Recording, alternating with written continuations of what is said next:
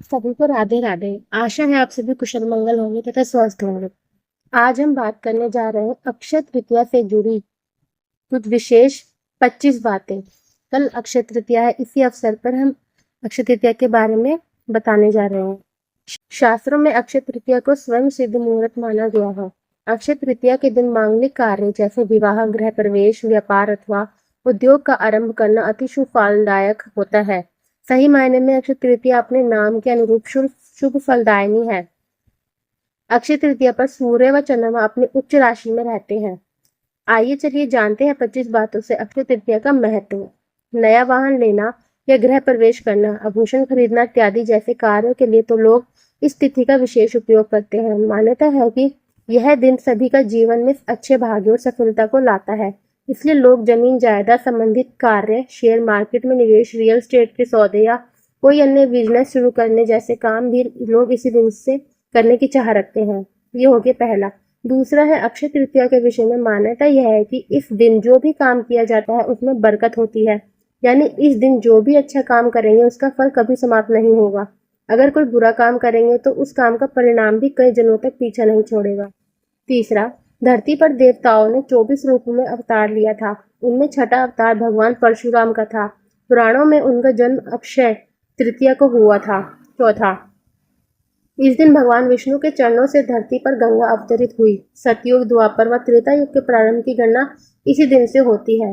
पांचवा, शास्त्रों की इस मान्यता को वर्तमान में व्यापारिक रूप दे दिया गया है, जिसके कारण अक्षय तृतीया के मूल उद्देश्य से हटकर लोग खरीदारी में लगे रहते हैं। वास्तव में यह वस्तु खरीदने का दिन नहीं, वस्तु की खरीदारी में आपका संचित धन खर्च होता है। छठा, न माधव समो मासो न कृतेन युगम समम न च वेद समम शास्त्रम न तीर्थम गंगयाम समम। वैशाख के समान कोई मास नहीं है, सतयुग के समान कोई युग नहीं है, वेद के समान कोई शास्त्र नहीं है और गंगा जी के समान कोई तीर्थ नहीं है। उसी तरह अक्षय तृतीया के समान कोई तिथि नहीं है। सातवां, वैशाख मास की विशिष्टता इसमें आने वाली अक्षय तृतीया के कारण अक्षुण्ण हो जाती है। वैशाख मास की शुक्ल पक्ष तृतीया को मनाए जाने वाले इस पर्व का उल्लेख विष्णु धर्म सूत्र, मत्स्य पुराण, नारदी पुराण तथा भविष्य पुराण आदि में मिलता है। आठवां, यह समय अपनी योग्यता को निखारने और अपनी क्षमता को बढ़ाने के लिए उत्तम है। नौवां, एक मिनट चुप, एक मिनट। यह मुहूर्त अपने कर्मों को सही दिशा में प्रोत्साहित करने के लिए श्रेष्ठ माना जाता है। शायद यही मुख्य कारण है कि इस काल को दान इत्यादि के लिए सबसे अच्छा माना जाता है। 10वां, वैशाख मास के शुक्ल पक्षी तृतीया को आखा तीज के रूप में मनाया जाता है। भारतीय जनमानस में यह अक्षय तीज के नाम से प्रसिद्ध है। 11वां, पुराणों के अनुसार इस दिन सूर्योदय से पूर्व उठकर स्नान, दान, जप, स्वाध्याय आदि करना शुभ फलदायी माना जाता है। इस तिथि में किए गए शुभ कर्म का फल क्षय नहीं होता है। इसको सतयुग के आरंभ की तिथि भी माना जाता है, इसलिए इसे कृत युगादि तिथि भी कहते हैं।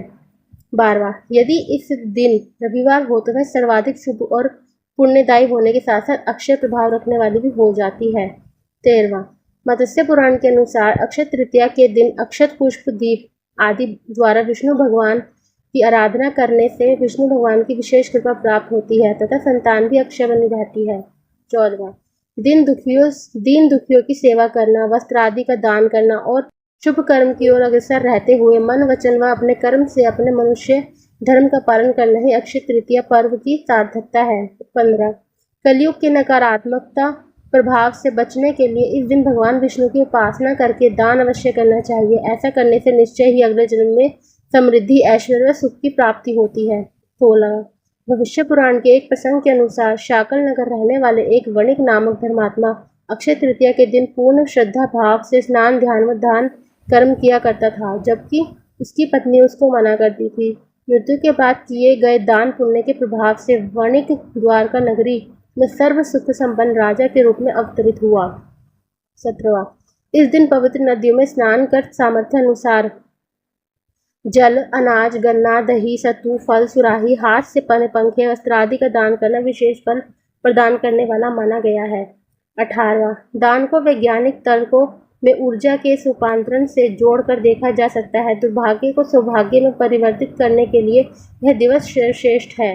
19, यदि अक्षय तृतीया रोहिणी नक्षत्र को आए तो इस दिवस की महत्ता हजारों गुना बढ़ जाती है। ऐसी मान्यता है, किसानों में यह लोक विश्वास है कि यदि इस तिथि को चंद्रमा के अस्त होते समय रोहिणी आगे होगी तो फसल के लिए अच्छा होगा और यदि पीछे होगी तो उपज अच्छी नहीं होगी।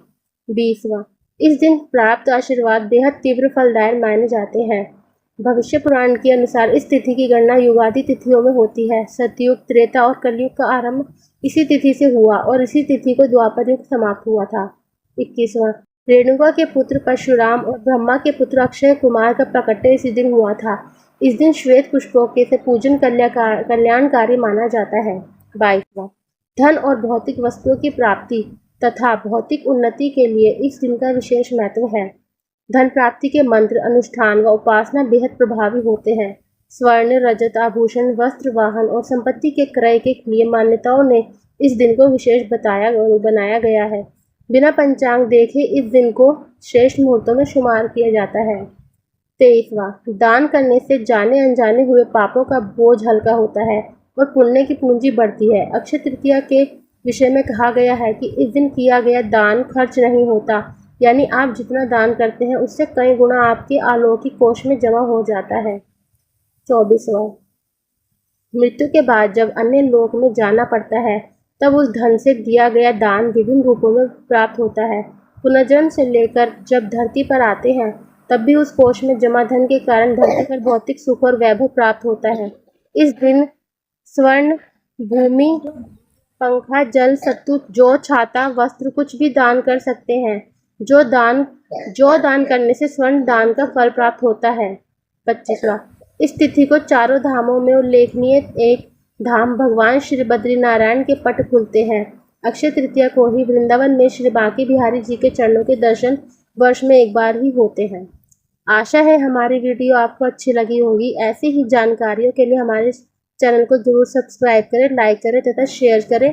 कमेंट में जरूर बताएं कि आपको कैसा लगा और किसी नए विषय में जानकारी प्राप्त करने के लिए हमें जरूर कमेंट करें। सभी को राधे राधे।